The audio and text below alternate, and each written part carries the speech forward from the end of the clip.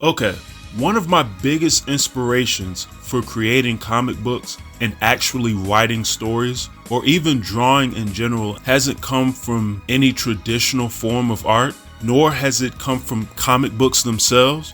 In the weirdest way, the thing that has actually inspired me to be a comic book creator is fighting games.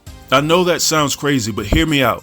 If you grew up in the 90s, you played fighting games either in arcades or at home, and all you could do was fight in an arcade mode, which was just you going through a tower or a series of random matches, or if you were in an arcade, you played against other people for coins at a time doing the exact same thing.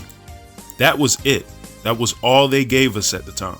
Today, we sort of get spoiled by playing these fighting games and them having all the intricate stories and the cinematic movie quality-esque cutscenes and whatnot, but you didn't have that growing up in like 1995 or whatever. Like, we didn't have none of that stuff growing up as a kid.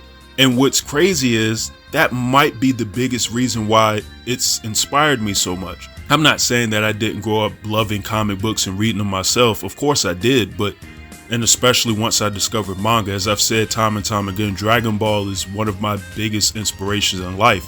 But the thing that made me even gravitate towards Akira Toriyama in the first place was I discovered he created the Tobo games. Not created. He was the lead character designer for the Tobo games. I discovered Tobo before I discovered Dragon Ball Z, as crazy as that is. And I discovered Dragon Ball Z before even knowing that Dragon Ball was its own thing in the whole series. So it's weird trying to figure out like what is the insane connection that fighting games had to my imagination that made me want to tell stories. And then it dawned on me.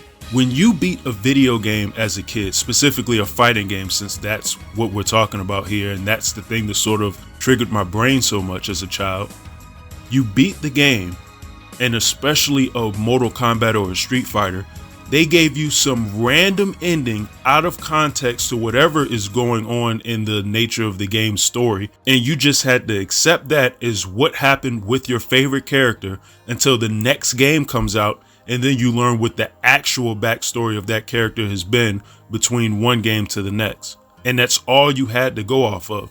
You took whatever goofy ending they gave you, which was normally text-based, and you just had to sit on that and let your imagination wander until the next installment of the game. But I think that's what did it. The actual waiting for the next Mortal Kombat to come out, or the next Street Fighter game, or the next Tekken game especially, was enough to get my mind rolling as to, I don't know, what was going to be going on with my favorite characters or what they were going to look like.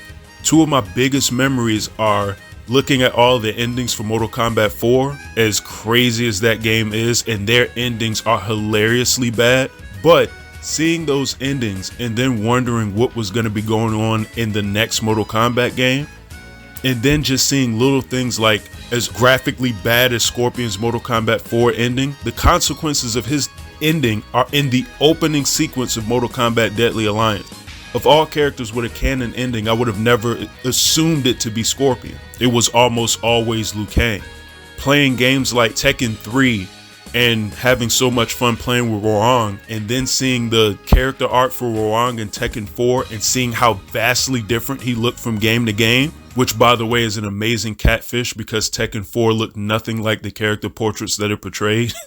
Which that was graphics at the time too, so I can't be too hard on them. But still, like the wondering of how the characters evolved so much or how they changed so much. Hell, I played Tekken 2 with Paul, and Paul was just this young pretty boy who was always riding the motorcycles and had the earrings and all the stupid stuff. And then you play Tekken 3 and he's this grizzled, huge dude with a beard now who looks like he could probably kill people with his bare hands. Paul was always a powerful character in Tekken, but now he looked it in Tekken 3. And he's also like 40 now, which is crazy. Like seeing the evolution of your characters from game to game and seeing the endings and stuff that's going on, it seriously made you wonder after you finished beating a game with a character what was gonna come next. Or at least it did to my brain. I'm pretty sure the vast majority of most fighting game players just played the game and then went on about their days, but that wasn't me. I was the guy that was actually writing fan fictions as a child. I was the guy that was actually making BS comic strips on like loose leaf paper that I should have been doing homework on in school and instead I'm making comics about Sub-Zero and what he might be doing by the next Mortal Kombat game. Hell, I can remember playing Tekken 2 and seeing Kazuya's ending where he sacrificed his father to defeat Devil, and then seeing Heihachi's ending where he throws Kazuya into a volcano, which is insane by the way, and thinking there's no way that Heihachi actually killed Kazuya. So I would actually make comic strips when I was like 6 or 7 years old, drawing these little mini stories with Kazuya, what he might be doing to win the 3rd Tekken tournament, and then I play Tekken 3 and I see that his son is the main character and he's been dead since Heihachi threw him in that volcano. Like, that's wild.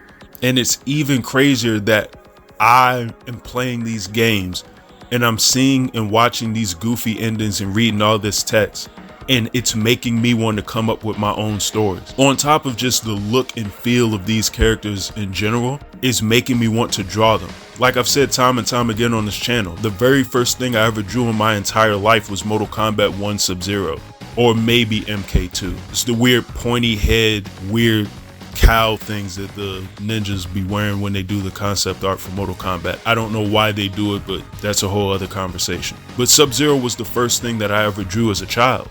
From the art to the over-the-top stories to all of the martial arts and the fantasy elements that's in a fighting game, I don't think it's too hard to see how a fighting game could actually inspire the mind of its players beyond just playing the game and being technically sound and understanding footsies and hitboxes and hit confirms and all these crazy nerdy fighting game terms that we all know and accept today. I'm the guy that wanted to know if the Dragon King was going to show up in Mortal Kombat Deception. I was the guy that was going to worry if everybody was going to get killed off if Blaze was resurrected in Mortal Kombat Armageddon. I was the guy that wanted to know what happened to all the fighters in between Street Fighters 2 and 3 and why is there an entirely new roster of characters. A question that technically has never been answered, but I don't know, maybe Street Fighter 6 will answer that. Or exactly why does Jin have the devil gene? Why does his father have the devil gene? Why is his father the devil? Why does he have an angel and a devil fighting over his soul for some reason?